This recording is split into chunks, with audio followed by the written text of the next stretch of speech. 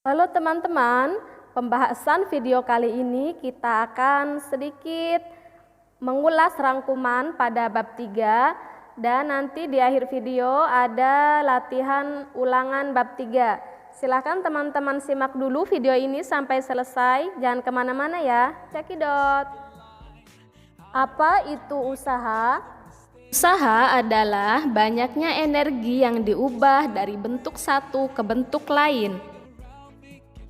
Secara matematis, usaha merupakan hasil kali antara gaya dengan perpindahan. Rumusnya, W sama dengan F dikalikan dengan S, di mana W itu merupakan usaha dengan satuan J atau Joule. F merupakan gaya dengan satuan N besar yaitu Newton. Sedangkan S ini merupakan perpindahan dengan satuan M, meter.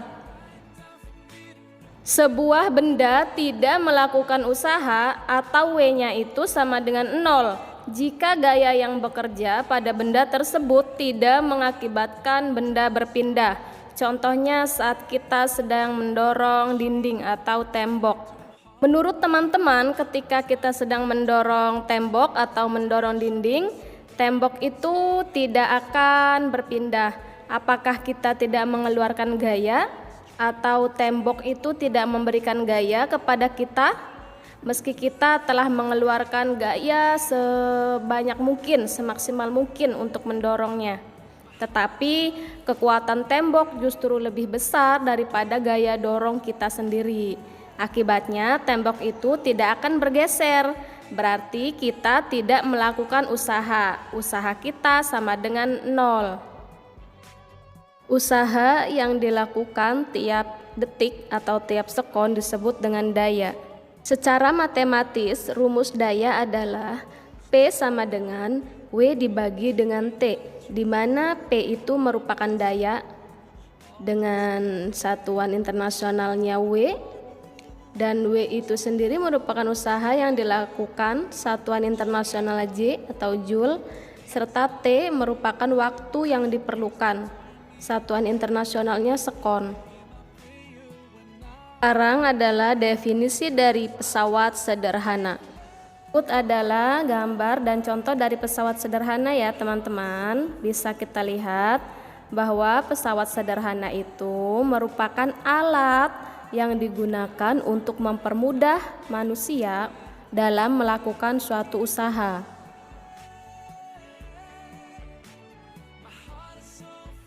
Berikut merupakan contoh dari pesawat sederhana. Bisa teman-teman lihat ya pada gambar berikut.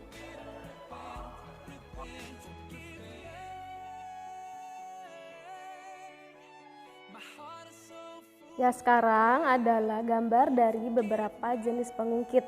Pengungkit itu bisa mengangkat benda-benda yang berat ya teman-teman. Ada 3 golongan. Yang pertama itu contohnya gunting dan jangkit. Ini contoh pengungkit jenis pertama. Contoh pengungkit jenis kedua itu seperti pemotong kertas dan gerobak roda 1. Sedangkan pengungkit jenis ketiga itu contohnya sekop dan pinset.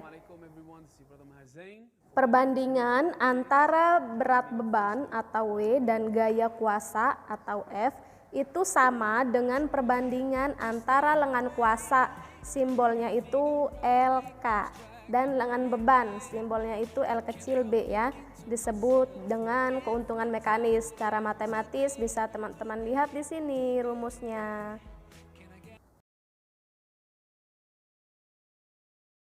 Berikut merupakan contoh dari beberapa bidang miring ya teman-teman.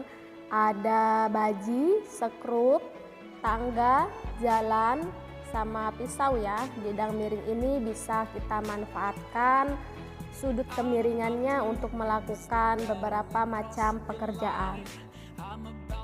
Selanjutnya adalah beberapa contoh dari jenis-jenis katrol. Katrol ini dibagi dalam 3 jenis. Pertama ada katrol tetap. Dia pada intinya mengubah gaya angkat menjadi gaya tarik. Kemudian ada katrol bergerak. Dan yang terakhir ada katrol ganda.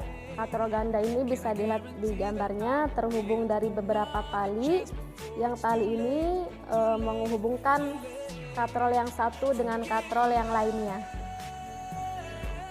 Di dalam tubuh kita bekerja berbagai prinsip pesawat sederhana. Contohnya saat leher mendongakkan kepala ke atas ke bawah, dan contoh lagi saat tangan kita mengangkat benda, itu otot bisep dan trisep kita berelaksasi dan berkontraksi.